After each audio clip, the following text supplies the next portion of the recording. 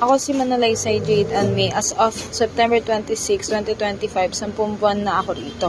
Ang pinakamataas kong late ay noong August 2025, under time ay wala at unauthorized absent ay wala. Ang high sales ko ay noong August 2025 with transaction count of 68. Last month, bulk order ko ay may 8 with total amount of 149,520. Ang EVR for the last 5 months ko ay 15.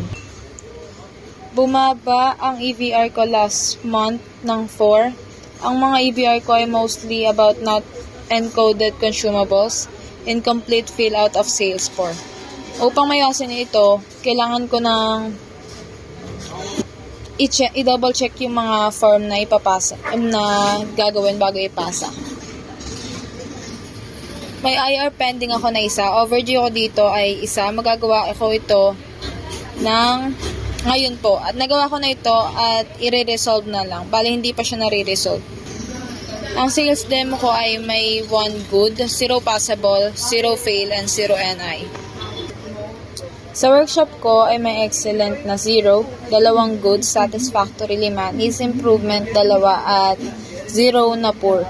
Mag-i-improve ko ito sa pamamagitan ng pag-attend pa sa ibang workshop at mas pagbutihan pa ang pagbebenta.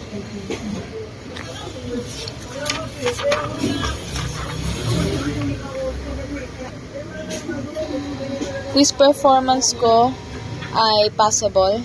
Good ako sa bag, subli workshop. Passable ako sa basic graphic, bestseller A4, election, basic item at gift giving.